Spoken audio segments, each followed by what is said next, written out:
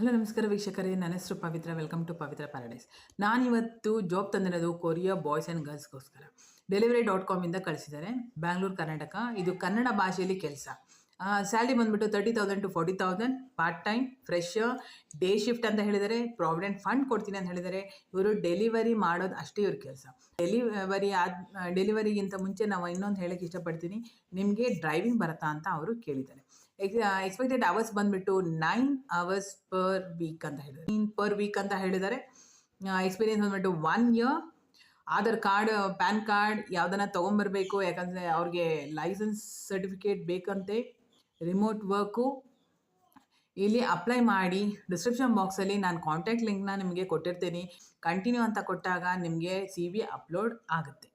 So please ಯಾರೆಲ್ಲ interest ಇದೆ apply ಮಾಡೋದನ್ನು ಮರಿಬೇಡಿ. ಲೈಕ್ ಮಾಡಿ, ಶೇರ್ ಮಾಡಿ, ಸಬ್ಸ್ಕ್ರೈಬ್ ಮಾಡೋದನ್ನು ಮರಿಬೇಡಿ. Thank you.